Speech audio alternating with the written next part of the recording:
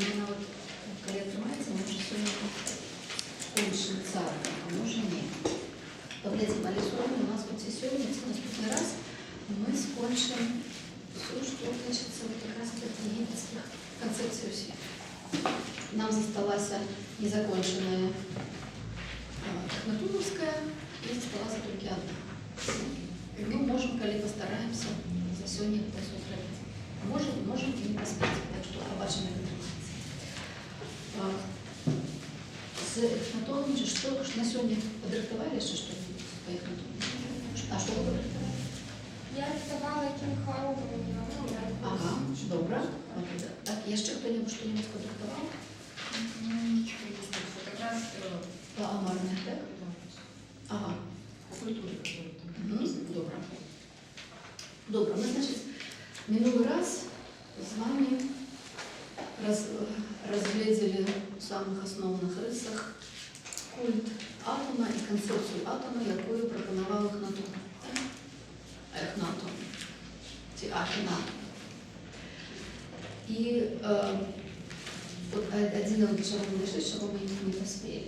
Трошечку з вами зачепили революцію в мистецтві, яку ви робите, так? Яку робить Марновський проєкт. Так само проєкт. Але я так само минулий раз принесла картинки, які ви можете поглядати в аудиторії, а ви будете говорити. Значит, то, что показали минулый раз, это было то, что разбирается выявы человека и выявы короля. Помните, когда вы глядели папирус? Да? Там, где, значит, что меняются практично основные две речи. Это статичная постава и статичный погляд со стандартной по усмешке ориентованной в вечность заменяется на какую-нибудь живую поставу. Это может быть цалком живая позиция. И другая речь – это то, что статус короля, який змушав у старому каноні виявляти короля тільки у непіритуальній ситуації, це значить, коли він на троні, коли він приносить ахвяри богам, коли він, наприклад, карає ворогів, і це заміняється на можливість виявляти короля і королеву у життєвій ситуації. Значить, вот то, что вы глядели в минулый раз на папирусах, там была эта картинка Тутанхамона и Анны Симпану, які поміж собою гуляються, де він наливає її вино. І вони сидять свободно, в свободних позах. То, що ми бачимо у виявах самої Ахнатона і Нефертити, це вражає ще більше, тому що ми там бачимо, як король гуляється зі своїми дітками, цілує своїх діток. І це те, що було цілком просто нечувано, небачно і не уявляльно у раніші часи.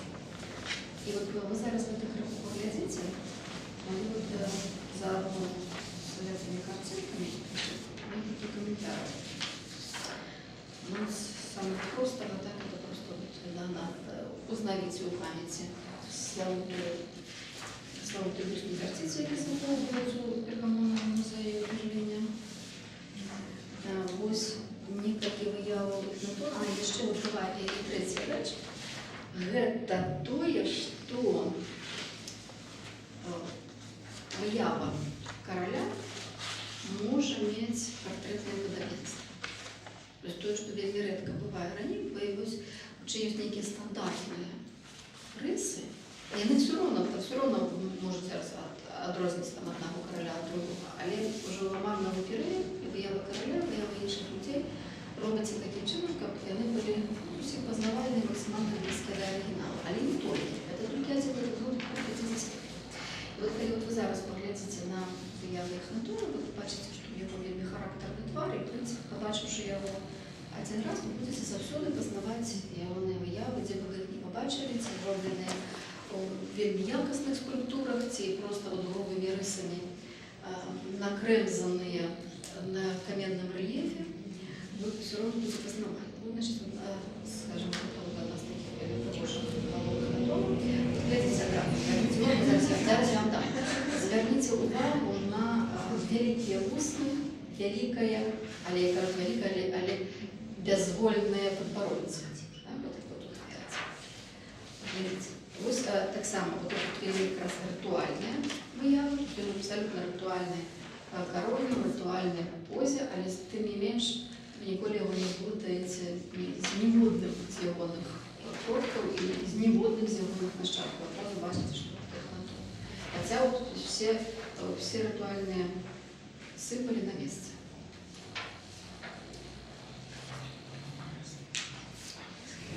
Вось ужо зусім іншага характару, але таксама бачыце, што гэта дакладна той самы чалавек.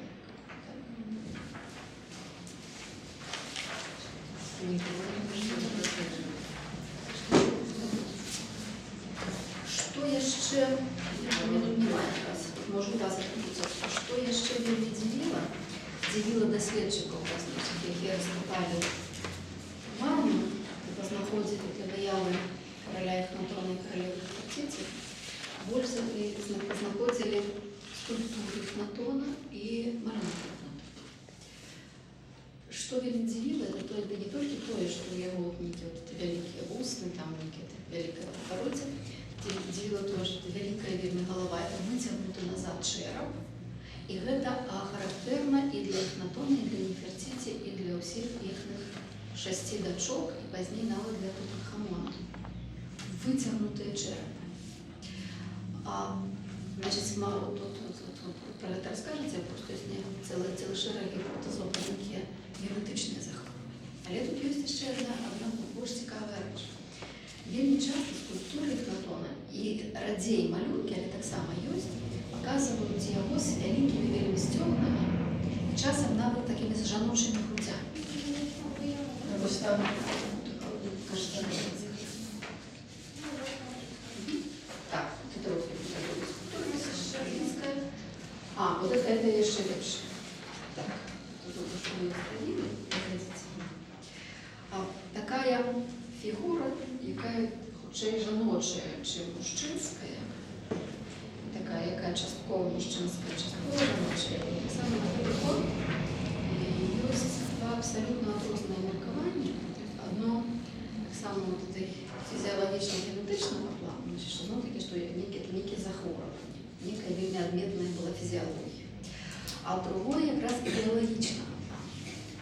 І гэта ў выпадку, мне здаецца, цікавейшая гіпотэза.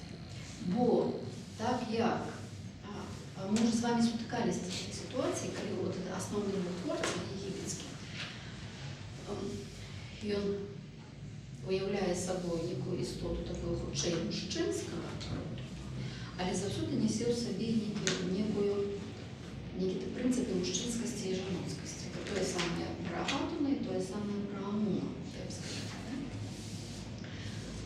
І пра Атон, Эхнатонаўскае боства, адзіны творца свету, ён выразна нясе ў сабе прыкметы мужчынскія і жаночыя, таму што ён нясе, як бы ён той, хто дае жыццё ўсяму, той, хто і зачынае ўсё, і нараджае ўсё, і сыціць усё сабою. І так як кароль ёсць простым сцёмна, простым сынам Атона і адзіным магчымым пасярэднікам паміж Богом і простым чалавекам, то ён таксама можа ўспрымацца як бацька і маці сваіх людзей. Не як каралеўская пара, там, дзе кароль – гэта бацька, а каралева – гэта маці, тому што гэта як бы іншая гісторыя расказваецца. Але менавіта тая гісторыя, дзе кароль як дзіця, як нейкае пэўнае увасабленне боскасці ёсць бацькам і маці свайго народу. І таму, магчыма, гэтыя жаночыя рысы на фігуры Эхнатона нясуць у сабе эту ідэю таго, што ён ёсць не проста уладар фізічны, матэрыяльны зямлі, а што ён ёсць гэты метафізічны бацька і маці ўсіх народжаных. Зноў-такі гэта не адмяняе магчымасці генетычных захворванняў.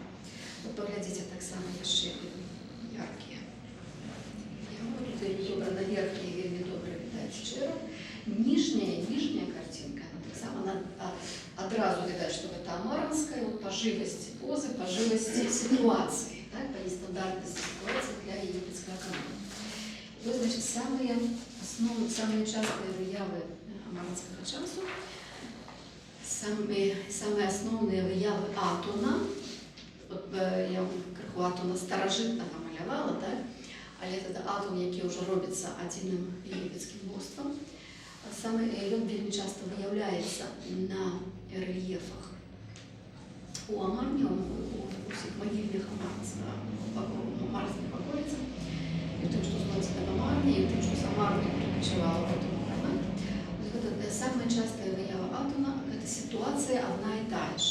Король поклоняется Атону, альбо король с королевой поклоняются Атону, альбо король с королевой и своими детьми поклоняются Атону. Что такие три махчимости. Альбо король с великой королевской жонкой, альбо вся семья королевская поклоняются Атону. Они приносят Атону ахвяру. И Атон, пам'ятайте, що Атон виявлявся як диск з руками. Руки, які дають життя. Але у ситуації амарських виявів це не просто руки, які дають життя. Руки є, руки на місці, але перед тваром усіх чальців королівської сім'ї кожна рука тримає знак життя – анх. Крыш?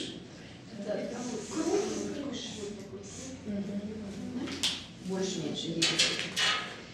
Он читается анх, и значит жильцо. Пишу анх, хочется.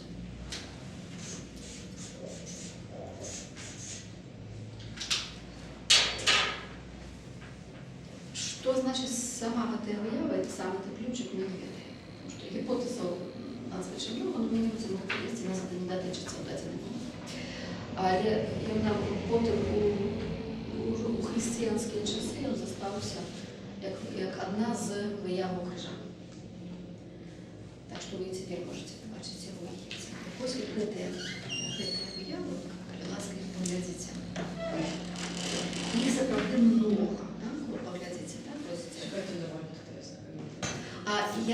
Вы її просто познаєте, не обов'язково докладно гэту. Потому что их много, потому что яны розныя. Яны ёсць и у камні, ёсць папірусные, и вы их просто познаете. Потому что тут, например, яны адрозніваюцца, вот, как я бы сказала, это может быть только король, это может быть две поставы, король и великая королевская жонка, может быть король, великая королевская жонка и дети у розной колькости. Там вы это самого я познавали. А вот поглядите, можете вот звернуть увагу на то, что Атон протягивает свои промни, и кожная рука завершается анхом докладно перед тваром человека. А вы символы амарские? Нет, это старожитный символ. Нет, не сам символ, а то, что Атон прямая. Так. Травма. Так, ну мы его не ведаем ранее. Мы ведаем только, что вот то, что я уже минулый раз малявала, просто ручки, життєдальне святое сонце. А что так само эхнатон, так? Это все эхнатон. Это все. На гэтых выявах не може бути нікого іншого. Это только эхнатон. Ось поглядите, тут эхнатон у вигляді сфінкса, але то саме. Та сама ситуація. Знову плоди землі підносять як ахвяру Атону, свободно и расслабленно составе, так само есть танк. Ось две однольковые ситуации, однольковые уявы. То самое, только что тут не поклоняется, вот то, что я казала, там, где король, тримая на коленях дитя, целує дитя, гуляється з дитям, так, самых этих две.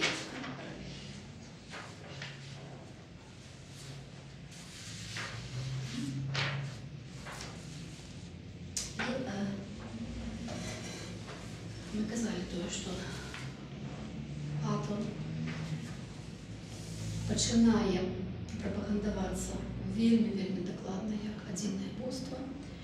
На певному етапі виходить королівська заборона на уживання слова Бог у множному ліку. Тобто нема богов, нема такої речі, як боги. Причому от уявіть собі єгипетські монументи, напрацьовані уже за тисячі років, якіх вельмі много, на якіх вельмі шмат тэкстаў, на якіх расказваюць гісторыю багоў. І Эхнатон робіць спробу памяняць гэтыя тэксты, змяніць па знаку множнасці на па знаку адзінкавасці. Паўсюль боги былі замененыя на Бог. То есть это, можно сказать, неподъемная задача. Але... В смысле, предыдущие тоже. Так. Это законники мали зворотное деяние. То есть не отдаденного моменту и надалей, мы больше не кажем боги, а их николи не было.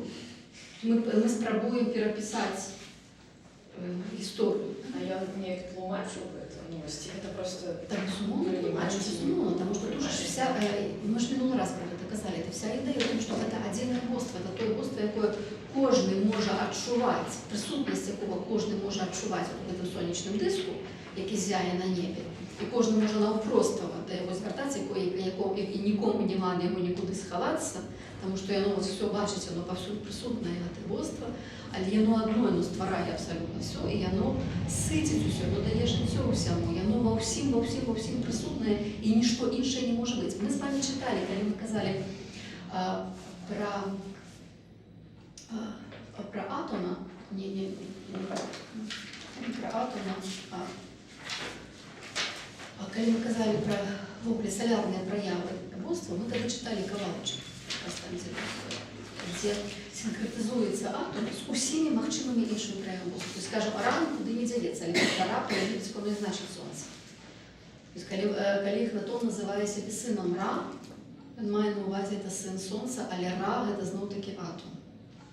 Тобто, коли говорка йде про інші солярні прояви, вони так само згадуються у текстах, але вони всі якби прояв того самого атома. І в цьому сенсі самий цікавий текст – це так званий великий гімн атому, або великий гімн сонцю, який був знайдений як Секера Падлави, знайдений в могильні Ая,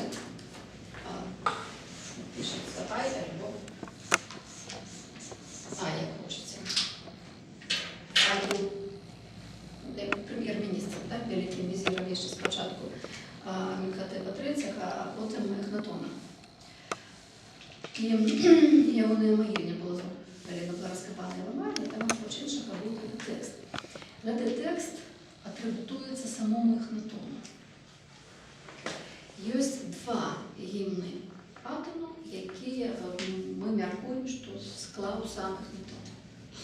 І от це ось великий гімн атому, він може саме показальний якраз, то він вбирає в себе вельми шмат всю концепту атому, про який ми казали минулий раз, а ще некоторі речі, які ми не казали. І мусить ліпше за всі наукові тлумачення, розкриває якраз Эхнатонову ідею. Я не весь, але частково вам его прочитаю весь, потому что я весь его перекладываю, потому что нам так говорю, доводу его не довела.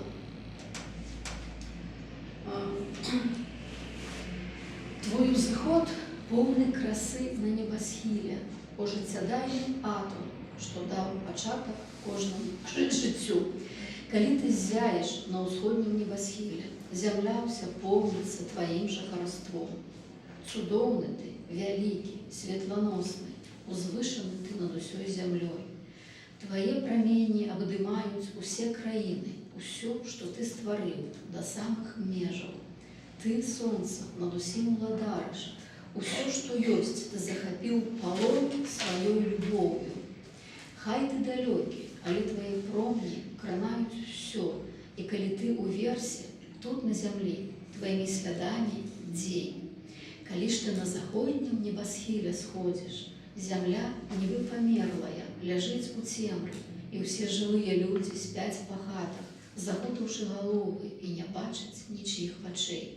І можна скрасти речі, які під себе яни поклали. Со схованки своєї виходить лев, і змеет жалить у змроку, коли тепла нема і святла не бачна. Земля мовчить, притихлая, бо той, хто все створив, зійшов за небокрай. Прийшов світанок, і ти знов заходиш на небосхилі, і ти зяєш атом, як світле обличчя, цілий день, бо промні твої прогнали змрок. Зямля святкуе, яны ўстаюць ізноў на свае ногі, табой абуджаныя да жыцця, і мыюць свае абліччы і бяруць адзенне. І рукі іхнія тваё аблічча славяць, а потым усе ідуць сваё займацца працай. І кожная скацінка есць траву, усе дрэвы зелянеюць, і ўсе зёлкі, і вылятаюць птушкі з сваіх гнёздаў, і крыламі тваё вітаюць ка. Усе звяры падскокваюць шчасліва, усё, што лётае, і тыя, што пархаюць, усе поўняцца жыццём, бо ты узышоў для іх. Плывуць на поўнач караблі, плывуць на поўдзень, і ўсе дарогі водныя для руху, калі ты ззяеш. Рыбы ўсе таксама ў рацэ падскокваюць, каб твой убачыць твар, і твае промні працінаюць мора. І ты даеш зачацце ў жанчынах, і семя ў мужчынах ты ствараеш, даеш дзіцяці да жыцця ўзнікнуць у матчыным улонні, яго ты цешыш, каб не плакала малеча, і ты ж яго і сыціш ва ўлонні. Ты, што даеш дыханне, захаваеш яго жывым, калі пара настане пакінуць яму матчыну ўлонне ў свой першы дзень. Яму растуліш вусны, каб ён уздыхнуў, і даш яму ўсё тое, што захавае для жыцця твой твор. У яйку птушанятку, у шкарлупінні ўжо пішчыць, і ты яго гадуеш, даеш яму дыханне ўнутры яйка, каб расці яму да часу, што ты прызначыў, каб яму пабачыць свет. І ён прадзюбне яйка і выйдзе са шкарлупкі ў сваю пору. Ой, як жа многа усяго, што робіш, з таго, што бачым мы, і што не бачым, што таямніцай ёсць вялікаю для свету, які стварыў ты, Бог адзіны, іншага няма. Тут я пропускаю вялікі кавалак. Якія велічныя думкі твае, Божа, і творы так цудоўныя твае, о уладару вечнасці адзінай. Хоць ты адзін, але праяваў тваіх многа, і ты ўзыходзіш, выглядаючы як сонца, што зяе і пяе, ідзе то далей, а то бліжэй наблізіцца да нас. Мільёны ты праяваў, усе з сябе адзінага стварыў. Ты ў маім сэрцы, і няма другога, і іншага няма, хто б так цябе спазнаў, апроч Неферхі Прура, твайго сына, адзінага для Ра.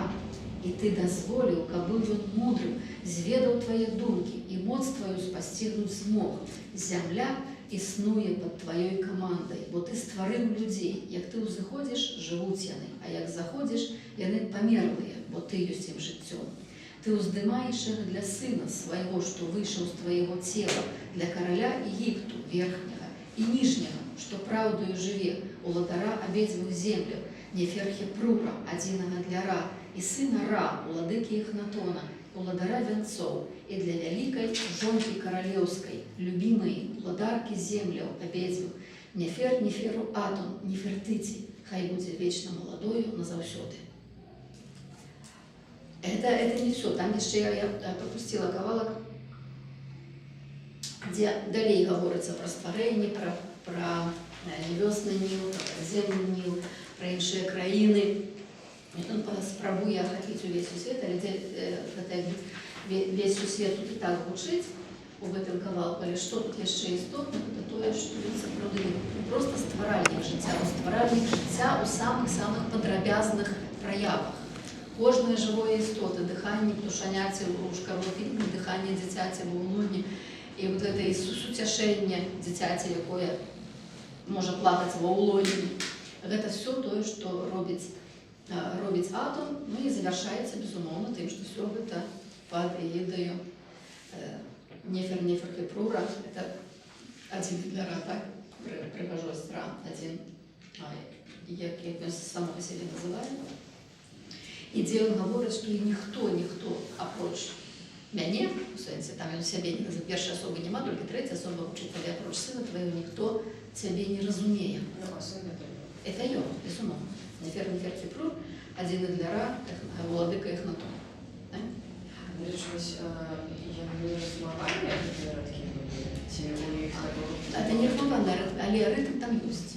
Там рытм ёсць. А вельмі цяжка вызначыць дакладна рытм з тае прычыны, як мы памятаем, мы не чытаем егіпецкую мову па гучанні. У нас у гэтым праблема. Але уявіце сабе, што гэта гімн, які гучыць літургічна. То есть гэта не празаічны тэкст. Я его празаічна пераклала даўным-даўно, але ён вучыць, у яго ёсць свой рытм, і гэты рытм я просто таму і вам ўсё я не читаю. Все это на стене было написано. Яшчэ больш там шмат чаго было напісана. Ой, там магільні бываюць вельмі вялікія, дарэчы. Яны некаторыя магільні, і нават не абавязкова каралеўскія, могуць мець вялікую колькасць пакояў. Гэта не толькі вот як бы гэты пярэдні пакой і пакой, дзе захоўваецца мумія, это можа быць шмат пярэдніх пакояў, у якіх захоўваецца ўсё, што можа спатрэбіцца у наступным жыцці. Там это может быть сапраўды вельмі много пакояў. Для егіпцяне рабілі, доўга было пытанне, як яны пад зямлёй это все малявалі. Так, это все як вот мяркуецца з егіпецкіх дадзеных сістэма люстэрак. Это вельмі цікава все было. Электрычнасць туды не праводзілася, але замест электрычнасці была сістэма люстэрак. Люстэркі, якія адбівалі святло, і тады ад люстэрка до люстэрка святло пэўным чынам ішло. Са святлом умелі працаваць вельмі добра, это яшчэ вы ведаеце з таго, як будаваліся храмы. Памятаеце, калі факелы поставили, там копоти нету на стенах. Нет, это люстэркі. Это сістэма люстэрак, якая рабіла яркае святло, бо зноў-такі такі жывы агонь будзе все роўна будзе ад руху трымцець, все роўна будзе скажаць рэчаіснасць, а ў іх зразумела, што все гэта вельмі дакладвалася якраз менавіта амарна, ідэальная для таго, каб мы пабачылі, як распісваліся магільні і як рабіліся творы мастацтва. А прычына ўсё тая самая, таму што шмат засталося недаробленым, воно в адзін момант скончылася. І просто ось мастакі, якія працавалі, пакінулі сваю працу. А пакінулі як? Пакінулі, мы бачым, што все разлінавана. Дакладна, вот калі ідзе тэкст на сцяне, вот які вот дзівіць, што даўгі, да? Гэты тэкст разлінаваны дакладна, каб все села у краткі роўнага памеру. Там в одну кратку один іерогліф можа сесці, в другую кратку 2 альбо 3 калена маленькія, тоненькія. Але каб все было дакладна, роўненька запомнена, весь малюнок адразу, все пропорции размячаются от самых великих до самых дробных. Вельмі дакладна все распісана. І тое самае былі пакінутыя просто скульптурныя майстэрні. У нас ёсць недароблены мастацтва, той самай Неферціці ёсць недароблены бюст, часткова зроблены, а часткова толькі разлінаваны. І мы бачым, што гэта не па натхненні рэжацца. Это все яшчэ матэматычна вымяраецца. Выява была абсолютно докладная. А ну, апроч, безумоўно, скажем, такого плана. Так? Вот такие вот робятся, они разлиновываются буйной, а фарт уже не разлиновывается. Так? Твар робится по натхнению. А вот, скажем, вот такая вот речь, вот это уже все тут симметрия полная. То есть это вот как сделать этот твар, разлинование было докладно. А хоть один осколок зеркала нашли? У зеркала ни одного нет. Не, але люстэркі егіпецкіх много докладных. Стекла что-то. Это не шкло. Что? Это металл, полированный металл только. Это не шкло. У Египте есть гэты как бы продак шкла. То як мы часам его фаянсом называем, тем часам его ще называем, які якраз там, где вот это кометный, медь сплавленная з пяском, и она атрымліваюцца такі крыху празрыстыя, такі як бы внутренно празрыстыя, цёмна-сінага альбо зеленого колеру. Іх вельмі много гэтых рэчаў. Шкла самого няма. Ёсць посуд алабастравы, які празрысты, які выраблены празрысты, які празрысты як шкло, але гэта камень, гэта алабастр. Кстати, внутренности такими ковали вот это. Ну, они еще угодно могли быть, але кто могли быть алабастр, потому что алабастр может быть так само по-разному вырабленный. Но в некоторых выпадках он настолько тонко зроблений, что он фактично прозрыстый образ его можете бачить. И это камень, он вельмі тонко робится, але не обов'язково так. Вот якраз для внутренности там звичайно такі боже хто. Там не треба как просвечивало, что его внутренне яким чином. А люстэркі пераважна мядзяныя, альбо срэбныя, але гэта ж металл. Вельмі добра паліраваны металл, які вельмі добра глядзяцца. Гэтыя люстэркі ёсць, нават гэтыя касметычныя такія прыгожыя люстэркі там для багатых людзей, якія просто маглі глядзяцца. Люстэркі маленькія, вялікія не ёсць. Што яшчэ вельмі цікава наконт гэтага вялікага гімну, гэта апроч самой канцэпцыі, якой ты зразумела, пытання ў гэтым гімне няма. Потому што ці все там зразумела, так? Все там ясна. Бо што вельмі цікава з ім, это тое, што ён адбіваецца ярка, в некоторых местах просто докладно у одном из псальмов. У некоторых псальмах, коли докладно, але у одном из псальмов еврейской Библии учить вельми добре. Кто-нибудь из вас, кто присутствует, ходит на вечерней усходнюю церковь, католицкую, православную?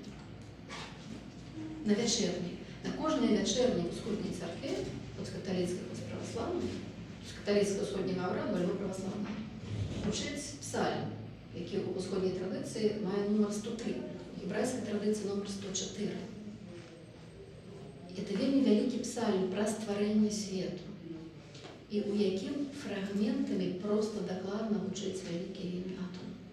Я глядела переклади белорусские, вот, меня не задоволю, больше всего меня задоволю, я глядела на переклад отца Александра Нацина.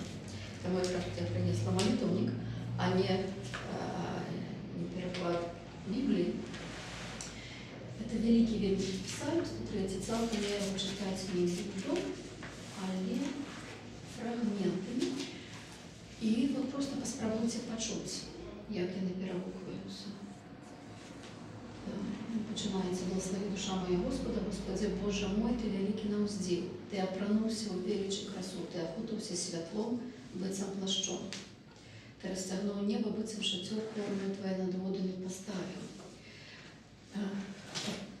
Тут можно про воду, вот тут немає якраз, але ти робиш з хмару колесницю собі, ходиш на крилах ветру, то чиниш ветри посланцями Твоїми і слугами Твоїми полными огнем. Ты мацаваў землю на основах ей, не потесняется по ее кругу. Бездами мацаваў прудкою покрыл Твои водными дворами стали. Горы узнялись, и долины зашли места, якія Ты им назначил. Ты установил ниже, якими Ты покрыл саму землю. Ты посылаешь крыницы у реки, что плывут у долинах меж гору. Где их пьют все звери польные, а стоят дикие их смагу свою гасят. Каля их птушки небесные живут, лишь скалы чудо спевы их. С хором у Твоих наводняешь горы, земля полнится водом твором Твоим. Ты выращиваешь траву для живёвой, зелень пожитых человеку, как он мог сдобыть себе ежу с земли. Вино, что веселит сердце человека, оливу, что робит тварь светло, хлеб, что сердце человека умацовывает. Древа низинные мают удосталь сока, кедры либанские, что их насадил. Там птушки мают гнезда свои, выследные жилье возвышается над ими. Ты створил месяц, как показывал поры, солнце зная час заходу своего. Посылаешь темру, выходит ночь, по час якої виходять усі звери лясные, і льви лікають, шукаючи здобичі, просячи Бога споживи собі. Як тільки сонце узийде, ховаються і кладуться в логовах своїх. Виходить чоловік до справу своїх і до роботи своєї до вечора. Якое багаття твору Твоїх, Господи, Ти все мудро створив, земля повна створенню Твоїх. Вось море великое и просторное, он рухается безліч створения, звяров великих и малых, корабли плавают по им, вот кит огромный, там на самом деле псалме Никита Левиатан огромный, там его вот створил на потеху сове. Все они чекают от Тебе, как Ты дал споживу свой час. Ты им даешь, и они подбираются, расчиняешь руку Твою, и они наполнятся всяким добром. Коли ж Ты отвертаешь тварь Твою от их, и они тревожатся, отымаешь дух от их, и они ебеют, и знову вертаются. Посылаешь Духа Твоего, и они оживают, и Ты обновляешь тварь земли. Это все есть в Библии? Ну, это же псальм. Псальм. Это псальм. Поглядите, коли у вас российские переклады, поглядите, это 103 псальм. Коли вот у вас вы глядите Библию Чернявского, там 104 будет. Это будет 104. Вот почули? А как оно трапило в Библию? Мы это не ведаем? Це вельми добре питання, як воно трапило в Біблію. Але ми бачимо, що воно тут трапило, то ніяк не може бути, тому що надто велика різниця у часі. І от тут в цьому сенсі, тут, звісно, гіпотеза теорії вельми много. Причому от є такі шалені гіпотези, які Фройд розпочав. Поэтому я вас спрашивала, если, откуда ты ехал, происходило. там как раз таки вот связано через ее Речі тим, що єгипетський псалм ніяк не може бути залежним від єврейських текстів. Наоборот. Это ровно наоборот, это просто элементарно по части. Так, элементарно. То есть гебрайский текст залежный от египетского текста. Значит, тут чуваць тое просто, можно сказать, неузброенным вухом. Чуваць тое, што гебрайскі аўтар ведаў гэты тэкст.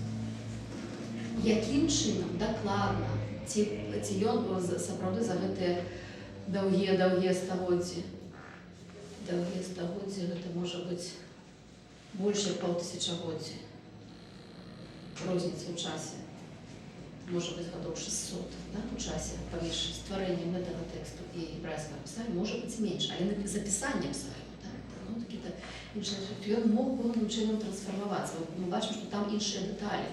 Там ёсць іншыя чыста семіцкія праявы. То есть тыя, што уласцівыя для ізраільскага рэгіёну. Тыя, што нам знаёмыя з угарыцкіх тэкстаў. А тых, якіх зусім няма ў егіпецкім тэксце. Але ёсць тое, што проста цалкам чуваць з гэтага егіпецкага тэксту. То есть якім чынам мы туды потрапляем, не ведаем. Тогда начинается... Значит, все-таки случайное совпадение. Я в этих кашнаитских текстах что-то похожее читал. Уж точно оттуда не взять. Залишне много супадзенняў для аднаго тэксту. Калі б гэта было раскідана па розных тэкстах, гэта магло б быць, што сапраўды супадзенні. Там львы, там ноч, там дзень, там людзі працуюць. Але адзін тэкст і другі тэкст расказваюць ту самую гісторыю. А тут парадак адзін і той жа ідзе, так? Ці там, як? Тому що, наприклад, ось там як птушки, потім люди, потім там дитяті. Ні, тут яно крыху па-рознаму расказваецца. Але той самы акцэнт на багаце твору, на тым, што ты всё мудра стварыў. І менавіта у гэтым кантэксце. Потому что, скажем, просто поставить в гебрайский псалм, какой богатый твору, Господи, ты всё мудра стварыў, всё ў парадку. Ніякіх егіпецкіх алітерацый не паўстане. Але ў гэтым кантэксце яны паўстаюць. Тому што яны ёсць у вялікім гімне Атона, и они повстают докладно вот в этой же самой истории. Причем с этими львами, кораблями, травою, быдлом, ночными пригодами, дневными пригодами, отвертанием твару, даванием життя и отбиранием життя. То есть это залишний шмат, это залишне комплексное. Кажется, это любому божеству приписывают эти свойства, независимо от религии. Вы бачите? Я слышал похожее в совершенно религиях, независимых от этого. Паспрабуйце знайсці яшчэ які-небудзь тэкст у любой рэлігіі, у якім было б, каб вы пачулі гэты тэкст. Паспрабуйце, это будзе вельмі цікава, таму што як бы нічога дзіўнага ні ў тым тэксце няма, але дзіўна это менавіта вербальнае падабенства. Вот это вот то, што дзіўна. Кроме амарской традиции, где еще у египетской светогляду сгадывается великий гимн? Нет, у нас больше его нигде нема. Больше нигде, только у амарской традиции. Так, только Ее у амарской трапил, традиции. Сен Святой трапил. Это... А потом, но Амарна же зникла, раз и зникла, а Так. текст заховался. Да, все мешали, что мы... Це заховався. Значить, що тут сапраўды на гэты пункт вельмі шмат гіпотэзаў, то было б цікава, каб вы таксама пошукалі гэтыя гіпотэзы. Яны пачынаюцца ад фройдавай шалёнай думкі, які яднае Эхнатона з Майсеем на той падставе, што у больш-менш блізкім часе дзве такія выразна монотэістычныя традыцыі. Еще так само Что? правильно. Так, там еще вот это, про это мы сейчас будем говорить, так? Это не забывайтесь. Да есть целая великая традиция, связанная менавіта вот этим царем,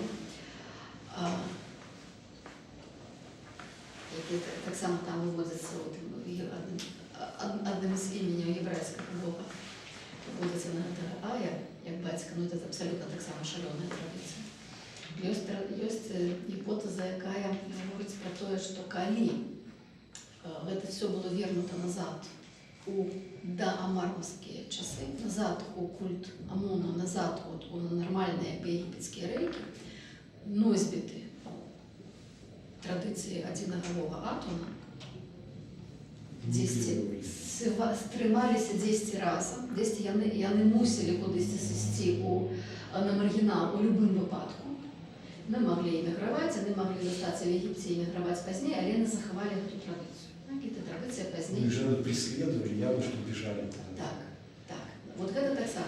То есть навіть, так як у нас ще вельми складана історія походження Ізраїля народу, у нас дві частки, у нас є Ізраїль і Юдея, і з Ізраїля там все абсолютно зрозуміло, а з Юдеї нічого не зрозуміло. І при тим, що Біблія розказує про завойовку, то, що прийшли. Та в нас з Юдею є там єгипетських концепцій некілька є, що прийшли з Єгипту. Але хто і як, і з якої причини прийшли, є кілька різних концепцій, одна з них зв'язана менавіта з цим монотеїзмом. Прийшли носьбити хоча й пам'яті про атома, про культ атома, про культ одного Бога. Таке зовсім не обов'язково були семіти. Це все ніяким чином не підтверджено, це знову такі гіпотези, які будуються на підставі тих нешматліких звісток, які у нас є, які не складаються на цільну картину. Вони не складаються, коли цю картину доставить, тоді створюються різні гіпотези, які немагчимо підтвердити, але і часом немагчимо відпречити. Только косвенные доказательства. Что? Только косвенные. Только ускосные, безумовно, только ускосные. Зрозуміло, що там Моисей їх на тому, це цілком ширина думка. Але вона потім повторяється, там все одно шукаються які махчимі, вже історичні переходи від одного героя до другого героя. Шукаються, вони є, і про це так само шмат вельми текстів написано, ми з вами його глибоко забурюватися не будемо, але коли ви спеціально пошукаєте ці концепції, розкажете, і коли ми будемо казати про Біблію, то буде вельми добре. Буде вельми цікаво. Так? От що Гіпотези розуміють. Так, просто гіпотези на кон того, яка є сувязь поміж культом одного Бога амаранського періоду і культом одного Бога Яхве, які поводле Біблії був так знову-таки винесен з Єгипту. А коли почався створення юдаїзму? Нет, тут с иудаизмом не будет, потому что иудаизм, его практичество возникает после 70-го года после разброения храма. Это совсем инша речь. Есть библейские часы, есть где это вельмидовые часы, это 16-го, есть такие, как мы называем, это межхрамовый период, есть период другого храма. И это все мы не будем называть иудаизмом, потому что это не то, что мы называем иудаизмом теперь. Это іншая релігія. І це, ми з вами про це будемо говорити пізніше, коли ми в біблійські часи, біблійські тексти. Ну, в любом случае, это хронологически раньше, чем все эти библейские. Это хронологично ранее. Но с исходом, мы коли будем с вами про это казать, но коли будет специально доследовать Библию на предмет сходу, там есть в Библии есть историчные ознаки, які виводять от чому-то саме поширена думка, що це король, фараон Сходу, це Рамсес II. Це ви побачите в тексті. Тобто, чому от це саме поширена думка? Тому що Біблія дає на це указання. Але те, що Біблія дає на це указання, це абсолютно не значить, що вона має на увазі цього короля і цей період. Тобто, указання можуть бути зовсім різні по часі. Як, наприклад, Абрагам називається родом з Уру Халдейського. Это цілком анахроністична річ, тому що Ур – це сумерський город, Халдея – це неовавилонська держава. Ур там був, правильно. Все в кучу смешали. Але це змішані часи, тому що Ур – це старожитний Сумер, а Халдея – це неовавилон, тобто це опошня аутентична держава, від першої до опошньої аутентичної держави Півдньової Месопотамії. В Біблії це цілком свободно змішується. Тому, коли історичні ознаки про побудову конкретно конкретно гарадоў, якія нібыта рабілі краі да сходу, яны паказваюць на часы Рамзеса II. Але гэта зноў-такі нічога не даказвае. Калі вы будзеце гэта глядзець, вы будзеце, напрыклад, шукаць тыя сляды Язэпа у Егіпце. Калі гэта звязваць хіксамі, то зноў-такі паміж хіксамі і Рамзесам II вельмі вялікі перыяд часу. Вельмі вялікі. Амар набуў трэці варыянт. Яшчэ там варыянт прыходу, тут варыянт сыходу. Прынамсі тое, што магло даць штуршок да нейкага сыходу. Бо праблема ў тым, што грандыёзныя падзеі, расказаныя ў Бібліі, ніяк не зафіксаваныя ў егіпецкіх запісах.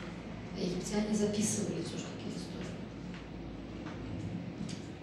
І таму мы не ведаем, але гэта ставіць такое пытанне сур'ёзнае, як звязаныя паміж сабою самы першы монотэізм, які мы сустракаем, то есть уже не генотэізм, а монотэізм, яким забаронено слово «боги» в множным лику, причем в грецкой Библии слово «боги» в множным лику уживается достатково много разов, але тым не менш, там формуецца монотэізм так само сваім ходам, але тым менш, якая сувязь паміж егіпецкім монотэізмом і потым вот уже таким вот выразным, ярким монотэізмом ібрайскім. Якая паміж імі сувязь? Це так само пытанне, якое ви собі трымаеце у свядомасці, тому що у вельмі хуткім часе мы да яго дойдзем. А имена буквы похожи? Яхве, Ахнатон? Не, это зусім іншае. Это зусім іншае. Там просто што з Яхве можна не звязаць. Так само дакладна не помыляецца. Але этымалогіі, якія праз Біблію ідуць, яны зноў-такі функцыянальныя. Функцыянальныя ў той мове, у якой гэта імя. Біблейскія этымалогіі цалкам могуць быць не лінгвістычнымі этымалогіямі. Як это звычайна якраз біблейскія этымалогіі дзеля тлумачэння зместу, так? а ніяк не тлумачаць паходжанне імені, а тлумачаць хутчэй змест гэтага імені, які важны для гэтай гісторыі, якая расказваецца. У гэтым сэнсе это можа быць любое імя, таму што сапраўды у вельмі шматлікіх семіцкіх племёнаў у кожнага было сваё племённое просто са сваім іменем. А функцыянальна стварэнне неба і зямлі, значыць стварэнне сусвету, прысутнае практычна ва ўсіх асноўных егіпецкіх канцэпцыях і прысутнае ў ібрайскай канцэпцыі. У нас будзе з вами асобная увогуле гісторыя пра егіпецкія канцэпты ібрайскай Бібліі, але вот гэта вы адразу маеце на увазе, што у нас ёсць адна рэч, калі канцэпты прасочваюцца, іншая рэч, калі тэкст проста потрапляе праз стагоддзі з адной мовы ў другую мову, з адной традыцыі ў другую традыцыю. І гэта таксама наводзіць на пэўныя роздумы і патрабуе нейкага адказу, таму што проста так пакінуць гэта паглядзець падобна, вот як вы прапановаеце, што можа гэта выпадкова, так? Не так уж много совпадений. На мой взгляд, это... Надзвычай. Кимя сына будут очень так же славиться. Ты великий, могучий, там, всем в жизни даешь. По-моему, это просто психология человека. Сказал и так. Нет, тут просто додайте такие вот детали, какие выразно текстуальные. А многие детали отсутствуют. Зато вообще даже не понимается. Вот кит есть, а там что можно утащить у спящего что-то. Даже не понравилось. Так. А если взять другие, можно больше различия. Добре. Покинем это наростные преподавания. Давайте теперь спочатку видать про культуру, так? Что вы подрыхтовали. Ну тогда дайте, что у вас есть. А тогда про генетичные проблемы. Эхнатона, и тогда мы поговорим про то, что с этого всего выникло. Вы еще сказали, что я смысла. Значит, вот чем характерно марсовский период искусства, то, что на смену чопорных, застывших персонажей действительно они становятся живыми, такими вот естественных расслабленных позах, чего раньше абсолютно не было. И, скажем так, впервые в скульптуре появились изображения одежды. До этого как бы мало было очень информации, как одевались, как обычные люди. И вот этот период появляется скульптуры. В принципе, считается, что амарский период принес большую информацию о том, вот какая вообще была одежда у этого царей. Про костюм. Про костюм, да. Раньше условные. Да, раньше были схематично условные. Именно амарский период, он как бы передает именно информацию, какая изготовлена одежда. Вот, что касается детей, то, в принципе, тоже уникальное явление, потому что дети, вообще в культуре дети появляются очень редко. Вот в искусстве подражаются. И амарский период характеризовался тем, что действительно как бы появились изображения детей, вот, в таких вот естественных, таких непринужденных позах. И потом, в принципе, как бы в следующий раз, наверное, появится эпоха Возрождения, только это в портретном жанре. Все время как бы на детей был как бы такой запрет. И вот этот период характеризуется тем, что вот дети как раз таки изображались и были тоже частью искусства, частью культуры. У Єгипті є діти. Праз усе часи є лише іерогліфи, які позначають дитя. І це завжди така, те, що ми ведемо, як виглядали діти єгипетські, в відрозненні від усіх остальних дітей, тим, що це обов'язково є один довгий локон. Це виголена голова з одною вельми довгою пасмою. Але як дитя виявляється в іерогліфі, які позначають, бачите, що це дитя, це великий палець у рот. Дитя – це смокче палець. Так я дивилася, чому, бо не побачила, моя хросниця, коли їй було вже готов 7-8, залізла у вазочок своєї маленької сестри, бо їй захотілося, коли її покатали у вазочку, і вона, відповідно, спробувала показати, що вона дитя. І вона якраз так і зробила. Вона сунула палець в рот і так почала таращити в очі. Ну, цікаво. Вона була таким трохи більшим дитям, але єгиптяне так от дітей. Так а как же они изображали? У них же маленькая, это значит подчиненность. То есть размер имел значение смысловое. А ребенка маленького как изобразить? Так вот, это любого по меру, але это иероглиф. Там одно А вот что в изображении вы видите Ну, по относинах, до Амари? Есть дети, есть распорос возникают, але тогда сосуды будут маленькие. Сосуды маленького по меру. То есть ребенок фараон должен быть больше, чем взрослые лапка. Ну, детей у королевской позиции не выявляют. То есть, коли король был малым детем, то все равно его виява будет вся с усеми регалиями. Не будет малое дитя. А малое дитя, это вот виява, это один локон, великие такие, кирисиси, такие долгие. И палец в рот. Ну, если еще, то, значит, Эхнатон, в принципе, очеловечил образ фараона, то уж образ царя, потому что до этого было застывшее божество, а он как бы показывает, что это действительно как бы реальный человек, который живет реальной жизнью, поэтому то есть, это тоже было новое. А одразу перечення тут у кого-нибудь може є? Минулого разу, пам'ятаєте, ви казали, що да, по сутності, да, Амінхотепа III, до батьки Эхнатона, король робиться бостом тільки після смерті. А якраз таки ось у цей час король робиться бостом при житті і поклоняється самому собі. А я говорю, это визуально, но вот как, что вы Но изображение тоже меняется, как бы, это же не такое стандартное, статичное. То есть движением стало изображаться, чего раньше не было, всегда были статичные все-таки позы характерны.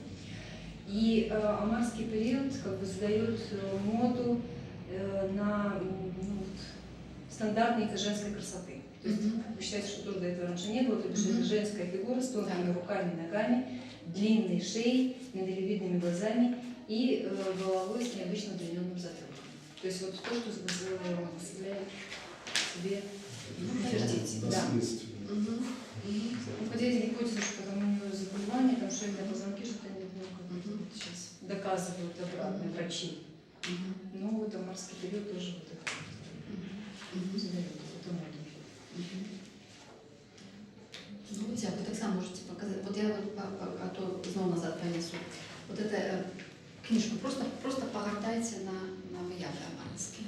Ну и архитектура как бы у них была своя, очень необычная. Вот этот город, который они построили, тоже отличался от того, что раньше было. Ну, от этого города зосталися тільки подмурки. Будинків нема, будинки були всі знищені. Але так, вот там так само в этой малой книзе можете поглядеть, вот так само я буду проглядать. Так от архитектуры вообще ничего не осталось. кроме- Ну, потому что подмог То есть как оно выглядело вообще, не может. Там было, значит, Может, в иллюстрациях где-то. шириной 40 метров, 5 царских дворцов, огромный храм, жилые кварталы, бассейны, хранилища, казармы, ну, что было перечислено.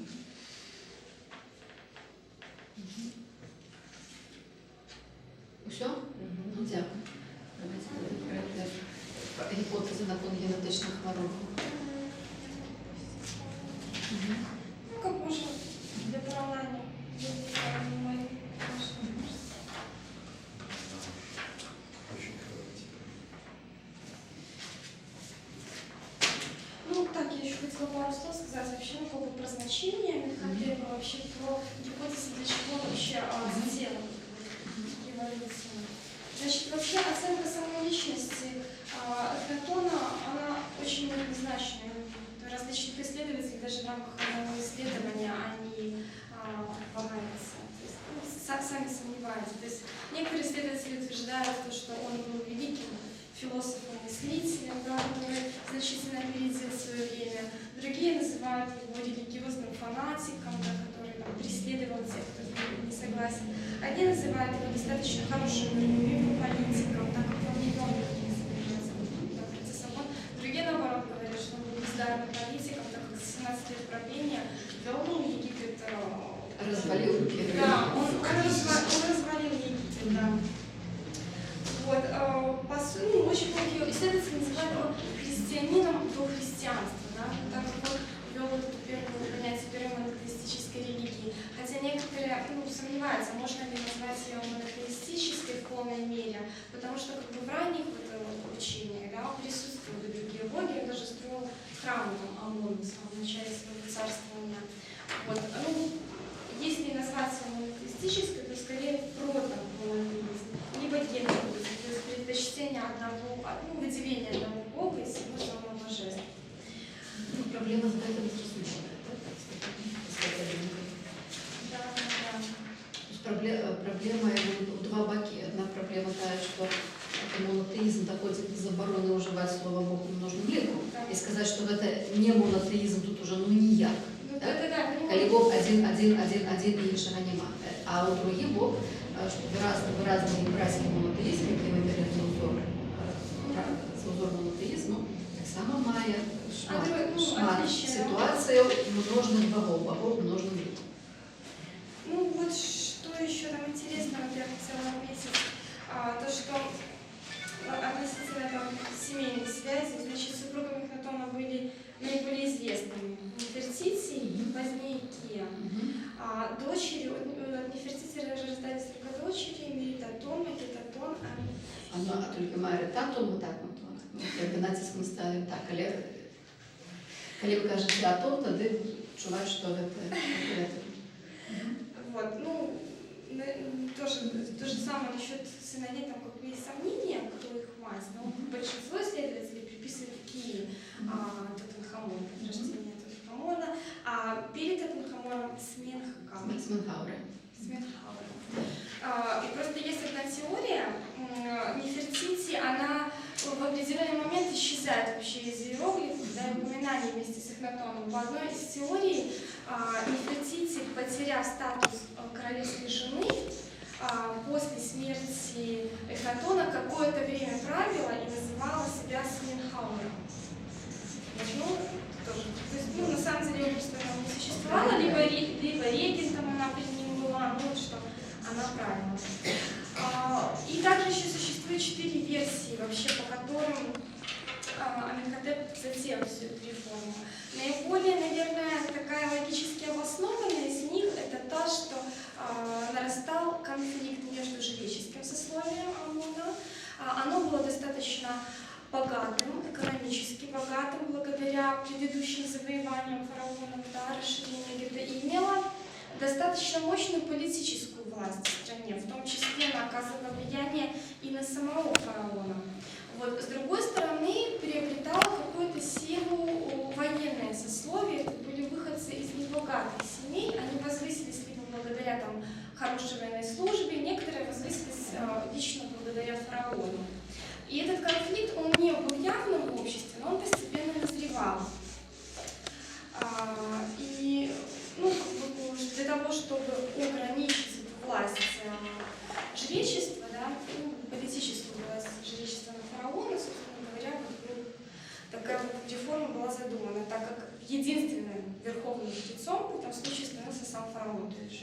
вообще как сословие оно не было нужно.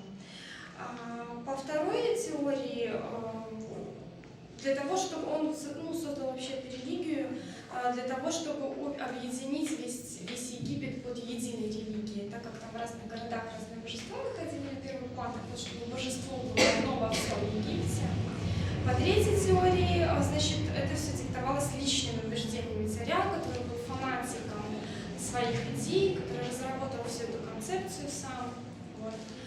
И вот четвертое, собственно говоря, к которой я перехожу, то, что он болел какими-то заболеваниями, да, там, в частности, его там внешность необычная, собственно, и вот в силу этих факторов, да, он разработал эту концепцию. То, что я вам буду сейчас засчитывать, это Елена Хвощева. Это полностью статья. Вот. Существуют две основные теории, объясняющие, почему древние художники изображали Эхнатона с довольно нестандартной внешностью.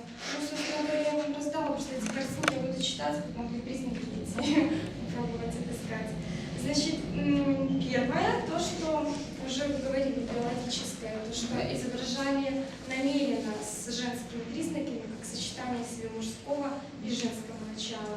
Вот. Но при этом вторая теория, если вы помните, то, что амарский период характеризуется большой точностью в изображении, да, и поэтому у нас есть все основания полагать, что он действительно имел такие признаки. Вот. Но что тогда могло сделать его таким? Если болезнь это его сделала, то какая конкретно болезнь? Какими признаками? Значит, вот какие основные египтологи, антропологи, врачи и археологи выделяют болезни, которые якобы болел Эхнатон. Первое – это синдром Марфана. Это заболевание представляет собой комплекс наследственных аномалий, то есть передающихся по наследству изменений. Оно характеризуется воронкообразная грудная клетка, куриная грудь, искривление позвоночника, ненормально длинные конечности, волчья пасть, высокое небо, недоразвитие зубов, искривление нижних конечностей, высокий рост, инфантилизм и так далее. Применительно к Эхнатону диагноз, как правило, ставится на основании первых двух признаков, да и то не подтвержденных объективными данными. Его основывают на чрезмерно вытянутых пальцах и тонких руках. Действительно, как было отмечено выше, у таких больных наблюдается дистрофия, слабое развитие мышечной ткани, вытянутые паукообразные кисти и стопы, близко посаженные глаза, что, в принципе, можно все увидеть на изображении Эхнатона. Диспропорции туловища и проблемы с опорно-двигательной системой не исключаются, при учете того, что Эхнатон на некоторых барельефах изображен с посохом. Но такие признаки, как птичье выражение лица, узкий череп, срезанный подбородок, тонкие ушные раковины, воронкообразная форма грудной клетки, резко выраженная форма искривления позвоночника, тонкие длинные ребра, имеющие ответственное направление, вообще невозможно обнаружить. Они просто отсутствуют. Кроме того, с возрастом у больных ухудшается работа сердца, что вполне могло осложнить выполнение обязанностей правителей государства. Однако вызывает сомнение, что, имея такое достаточно тяжелое заболевание со множеством проявлений, как можно было содержать жен, детей, еще проводить религиозные обряды, требующие большой физической выносливости. И последнее. Заболевание передается по наследству. От кого оно могло достаться? Знаменитые предки Эхнатона, за исключением Тутмоса II, отличались воинственным нравом и хорошей физической подготовкой. Если же наследственный характер заболевания основывается на существовании близкородственных браков, которые были распространены среди царственных особ, то следует учесть, что мать Эхнатона, царица Тия, была дочерью заведующего скотом одного из провинциальных храмов. По крайней мере, мы точно знаем, что не состояла в родственных отношениях, точно происхождение не доказано. Другой диагноз, который ставится Эхнатону, это психическое отклонение под названием болезнь штеттинского ткача. Диагноз обосновывается большим черепом, маленькими глазами и крупными губами и носом. К тому же такие больные обладают мрачным характером, страдают манией преследования, плохо справляются с умственными нагрузками и также страдают слабоумием, что доказать практически невозможно. При такой расстановке фактов Эхнатон не только не мог бы быть фараоном, но и вообще должен был вести замкнутый лежачий образ жизни. Но всевозможные рельефы говорят о том, что он катался на колеснице, встречал гостей, принимал участие в различных церемониях. А кто же проводил сложнейшие реформы? Все традиционные версии не рассматривают в качестве реформатора никого другого. Кроме всего прочего, встает вопрос, зачем понадобилось кому-то столько времени держать умственно недоразвитого человека у власти, а тем более назначать его соправителем. Третий, самый распространенный диагноз – это синдром Фрёлиха. Это заболевание представляет собой особый вид ожирения. Жир откладывается главным образом на бедрах, животе, ягодицах, голенях и в области груди. Характерно недоразвитие половых органов, мозговые проявления в виде головных болей и припадки. У больных малый рост, пониженная температура тела. Очевидно, что вывод спорный, основанный лишь на внешнем виде туловища. Женский живот и бедра объясняются неправильным и неравномерным распределением жира. В целом можно сказать, что данное заболевание проявляется в большей степени ожирением, которого, судя по статуям, у Эхнатона, скорее всего, не было. Следующее заболевание – синдром Менковского-Шафара. Это один из видов анемии. Заболевание передается по наследству и характеризуется проявлениями, связанными с разрушением эритроцитов из-за их нарушенного строения. Проявляется слабостью, головокружением, одышкой, сердцебиением, желтушностью кожи. Характерна башенная форма черепа, маленькие глаза, высокая готическая нюра, сращение пальцев между собой, кроме того, 6 и более пальцев на конечности. Впоследствии развиваются язвы на голени, увеличение печени и селезенки. Опять-таки нет полного соответствия. Берут во внимание большой череп, маленькие глаза и большие ноги. Признак, позволяющий некоторым ученым предполагать связь между Эхнатоном и греческим мифическим героем Эдипом. У больных таким заболеванием наблюдаются аномалии костей черепа, так называемый башенный череп, аномалии стоп, врожденный вывих тазобедренного сустава. Плохое зрение можно объяснить близостью на изображениях Эхнатона с семьей. Кроме того, анемии были распространены среди древних египтян. Данный вид анемии является наследственной формой.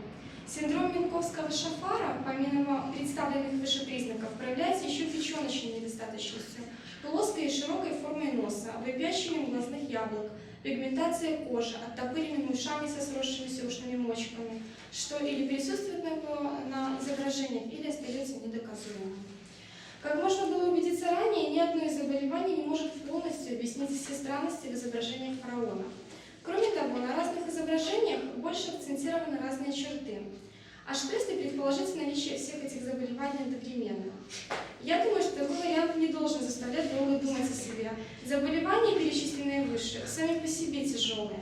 Если они проявились в детстве, тем более с самого рождения, вряд ли он дожил бы до своих лет.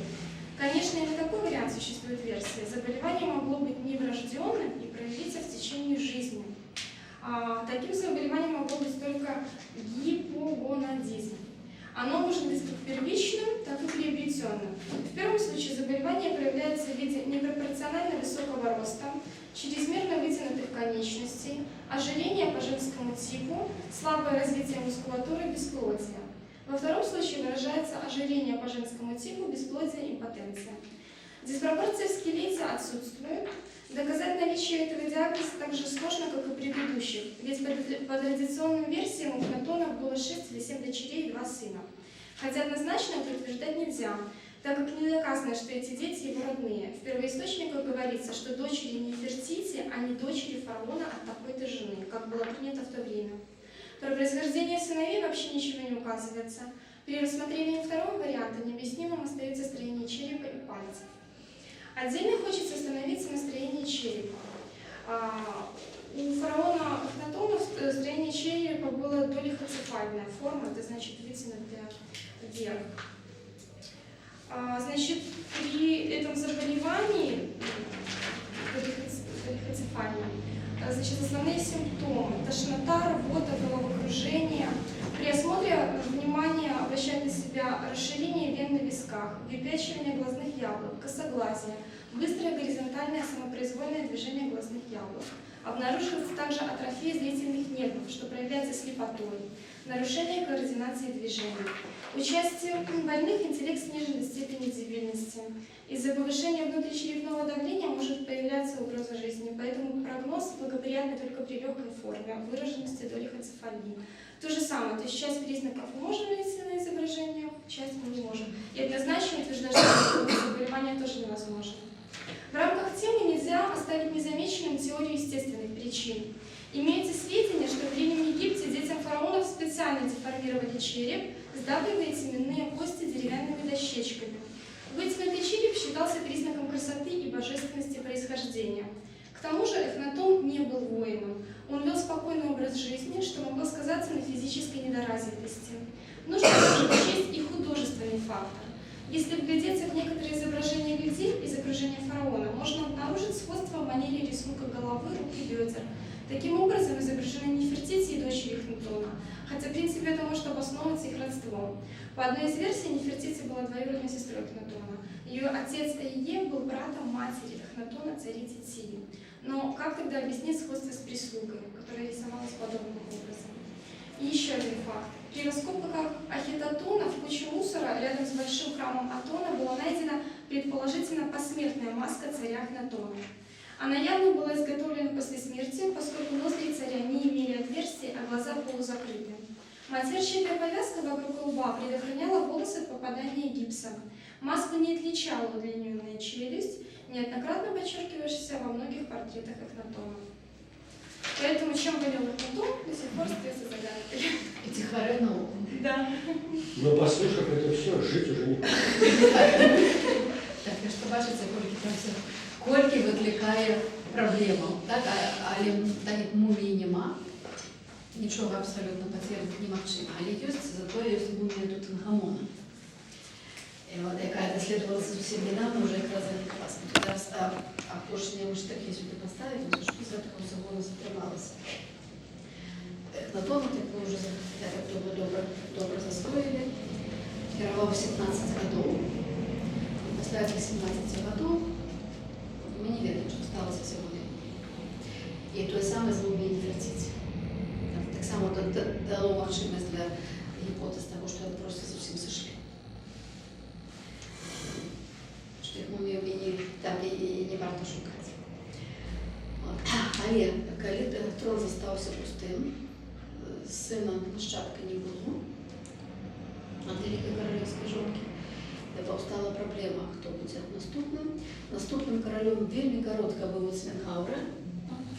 Мы нічога не ведаем. Это вельмі цьмяны персонаж, вельмі кароткі час караляваў у Амарне, у Ахетатоне ці Эхнатоне. Пасля, от тады ўжо, значыць, тыя, хто кіруюць у адсутнасць караля, вырашылі зрабіць такую камбінацыю. Засталася дачка Эхнатона і Нефертити, Анхесенпаатон,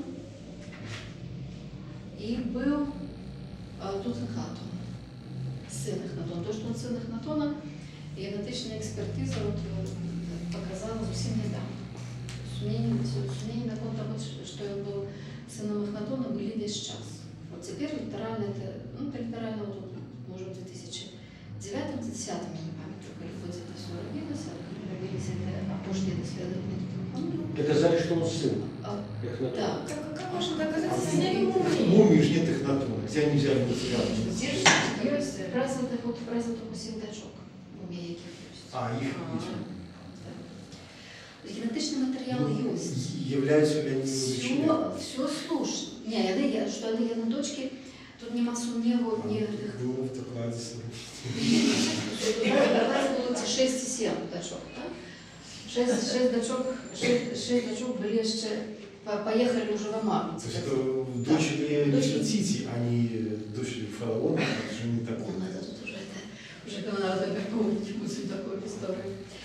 И Анхесенпаатон была на год-два старейшая за Тутанхатону. Тутанхатону было 8-9 годов. И, відповідно, прикладно было там 10-11 годов.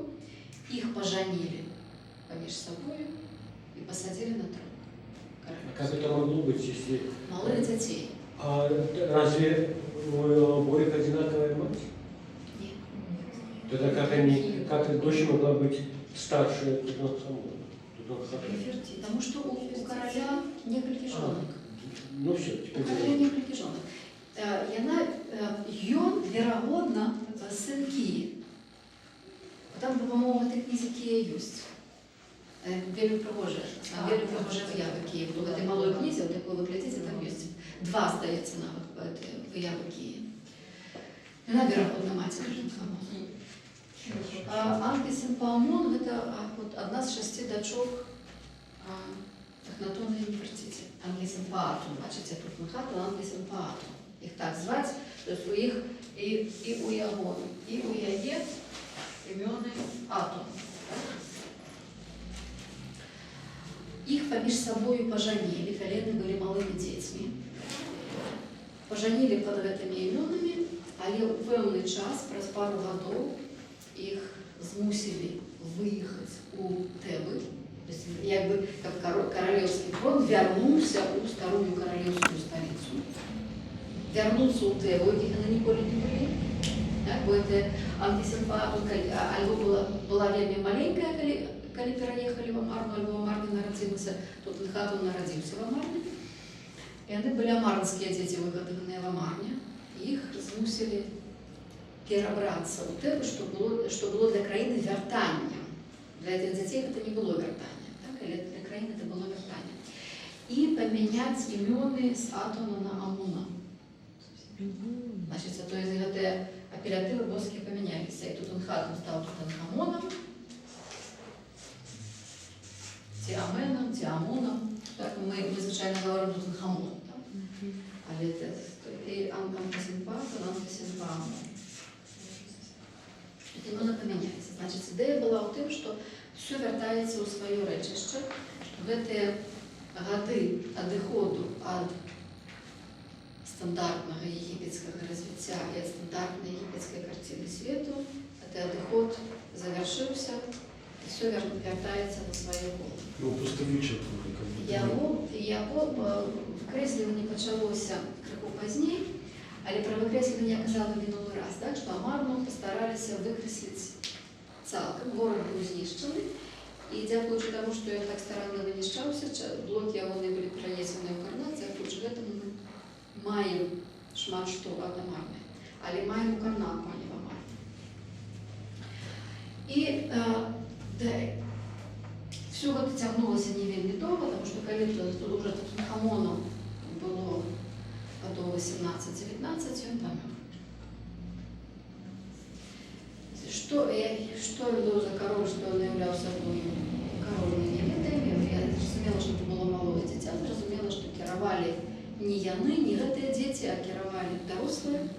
Але потім повстає дуже цікава історія. Анхисенпаамон застається одним лучником из королевской династии. И она, значит, ей в районе 20 годов, 21 примерно, да? И она королем стать не может. Значит, королем по великим рахункам будет той, кто с ней поженится. А чому вона не може? Потому что такого нет. Это Хатшепсут имела такую могутную волю, что она просто переломила всю країну, она была дорослая женщина. А гэта, бачите, гэта дзяўчынка, якую поженили з молодшим братиком и змусили выехать в абсолютно інший мов. Просто уявіть собі діти, які годувалися в Амарні, там, где весь настрой был, все было присвячено, особливо у королевской ситуации, все было присвячено Атону, все было присвячено тому, как служить Атону, как это были велизарные, довжезные службы, это были некие забавы, вот это то, что так само вы бачили минулый раз у папируса, Амарнского периода, там некие королевские забавы, там были пригожие как раз декоративные малюнки и лотосов, и папирусов, серед яких там качки болтаются, яких там королевские семьи, короли и королевские дети там на их полюють и забавляются. Это была абсолютно інша ситуація. Чим ситуація у Тебах? У Тебах великий палац з великою кількістю людей, які працюють у цьому палаці і плетуть відповідно свої інтриги. Два громадные храма, один у Тебах, один у Карнаку на другім березі, у яким шмат своїх храмів, там, де святарство має вельми велику силу, де святарство імкнеться суперничати з королівською владою. І, відповідно, так само йдуть свої інтриги. Атмосфера у Тебах була абсолютно інша атмосфера в Амарні. І вона ясно, що вона для цих дітей була цілком чужою. Це був просто цілком чужий світ, у який вони потрапили. І вони падобна, што яны не змаглі даць рады проста вось агораць гэтую сітуацыю і пачаць на сітуацыі кіраваць. Ад чаго паміраюць Тутанхамон, мы не ведаем, але зноў-такі было вялікае даследаванне амерыканскае, і кніга напісаная пра тое, што яго забілі. Яна базавалася на тым, што 10-80-е гады быў зроблены рэнтген муміі Тутанхамона. І у аснаванні чэрапа была некая пляма. Як бы гематома, але там магчыма, што яго проста ў сне ударылі.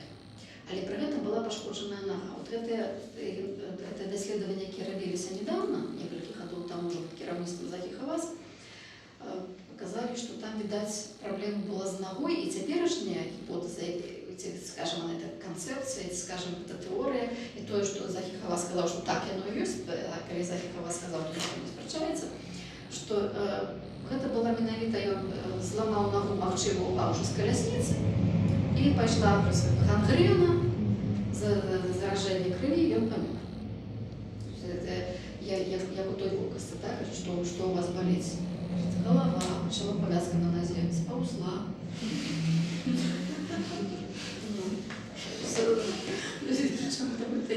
Гематома в основании черепа. Там была целая была вельми пригожая, раскрученная концепция про забойство Тутанхамона, для того, как захопить Уладу. Палац, але эта концепция теперь она разбитая цалком даследаванні пад кіраўніцтвам Захі Хаваса. Але вядомая ситуация, то есть тут мы не ведаем, что стало с Тутанхамоном. Источников письменных ничего не написано. Нет. Что з ім сталося, крыніц няма, але ёсць крыніцы далейшыя, што сталося з Анхісенпаамон. Бо ситуация, значит, вы зразумелі. Той, хто з ёй ажэніцца, той стане каролем. Так вот, что у Тутанхамона не было детей, да? Нет, у іх дзяцей не было. 18 лет? Нет, я меньше у іх дзяцей не было. Значит, засталася адзіная сувязь з каралеўскай дынастыяй, гэта Анхісенпаамон. А что сталося з астатнімі дочкамі? Памёрлі. Большасць іх памёрлі зусім маленькімі. Яна была адзіная на той момент, калі іх жанілі, засталася толькі яна. З этих 6 дочок Нефертити вышла толькі яна. І яна, відавочна, была жыццяздольная. І тут атрымліваецца такая ситуация. Мы маем текст. А вот этих, по сутности, не текст, целая история, але менавіта тэкстуальная.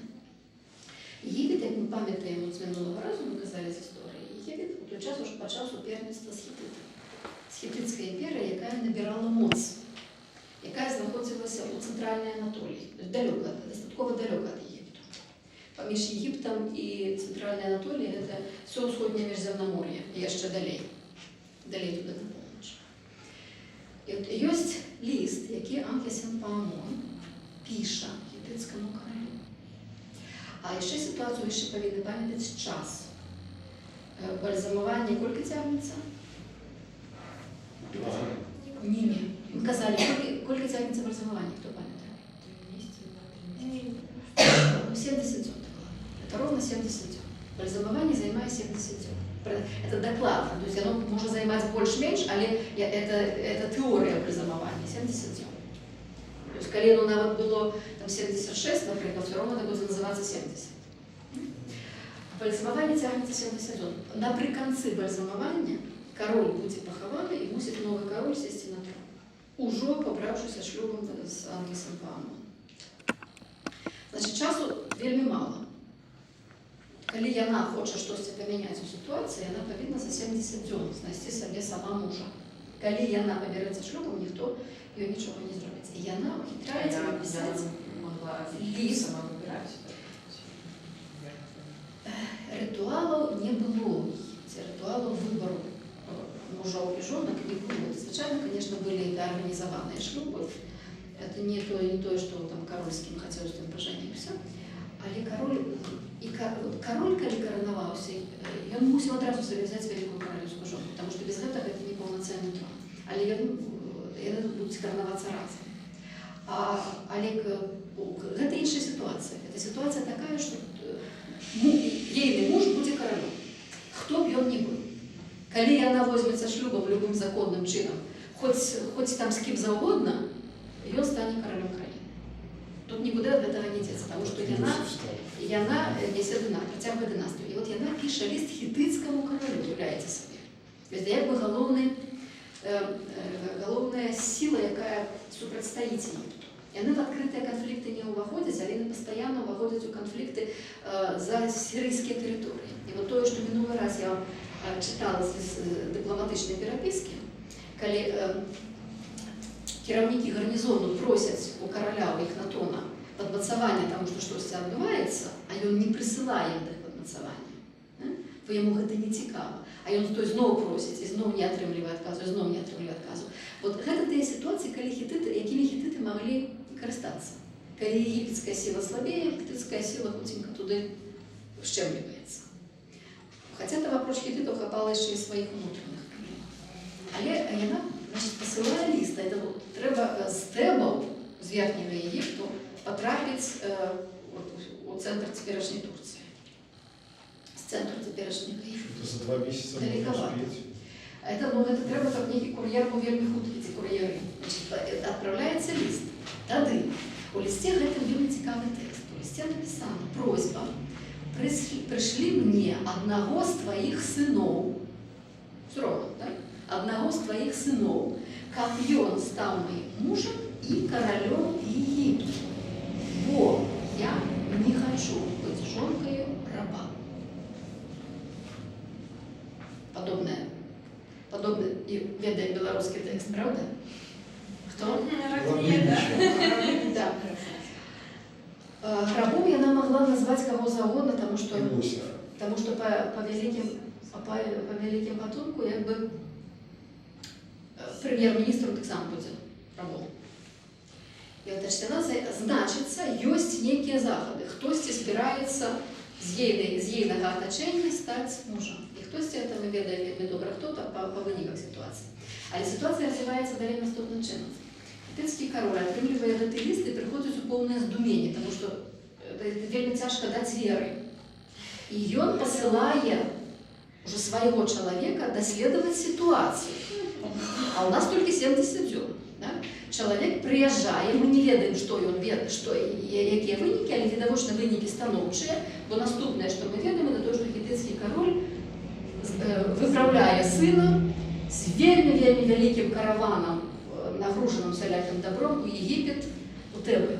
Как он поправился шлюбом с Анхисом Памом. И той виправляється у Єгипет. Значить, там мусять сотні людей, у яких там куча розновитої в'ючної живьоли, яка везе безліч всіляких багатств. І він виправляється у Єгипет, а у Єгипті уже його чекає засада.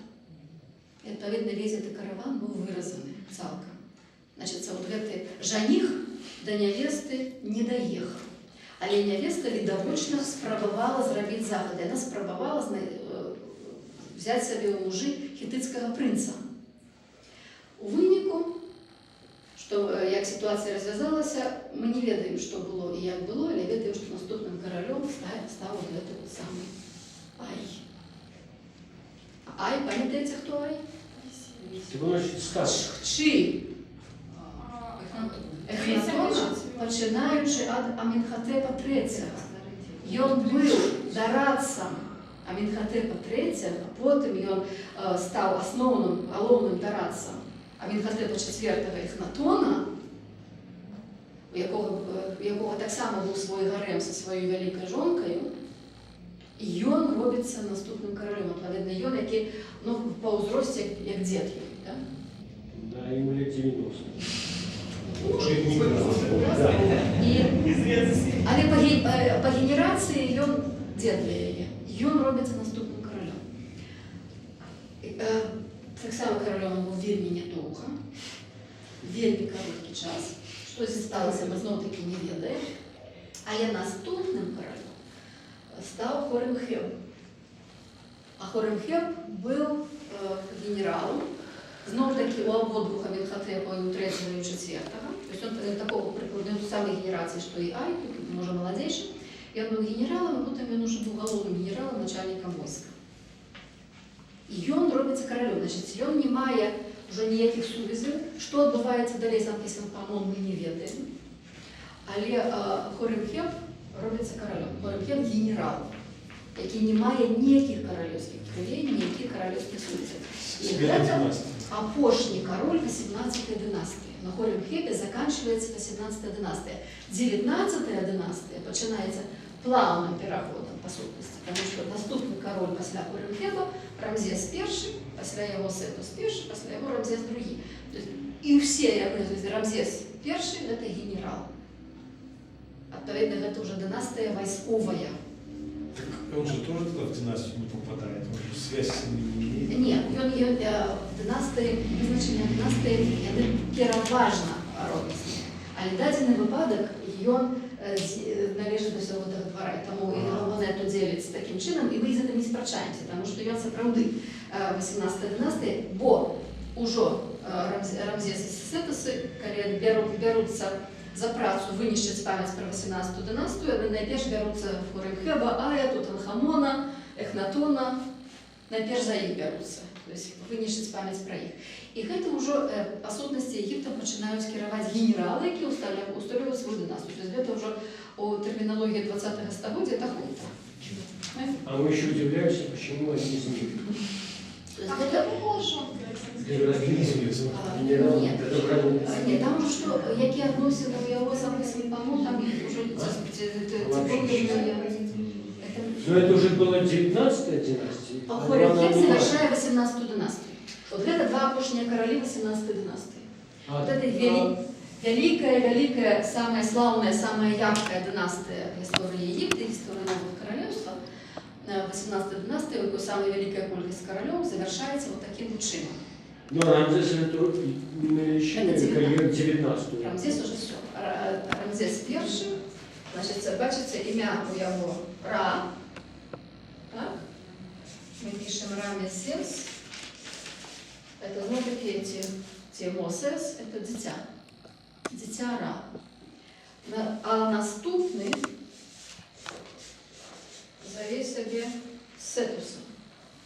Пам'ятаєте, ви все одно Гікса ми бачили Сета. А гэта заве себе Сетусом, і ён это концептуально вельмі.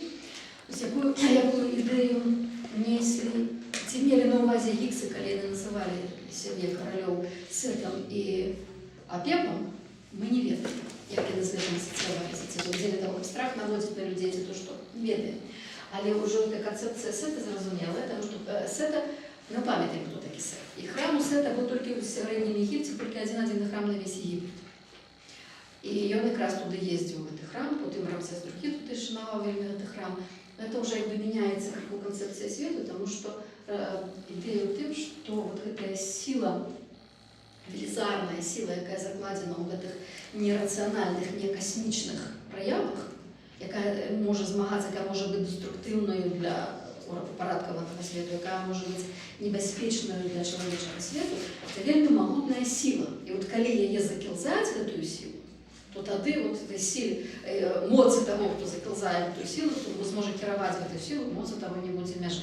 Это як бы вот он влучае ў сябе і силы, скажем, Ра, і силы Вора, і силы Сета. Бяручы сабе гэта імя, такая небяспечная рэч. Ну і далей уже, далей, 19-12, это уже цалкам, амаль цалкам іншая історыя, это все еще новое королевство. Но перестройку все-таки этот Ай начал, после Эхнатона.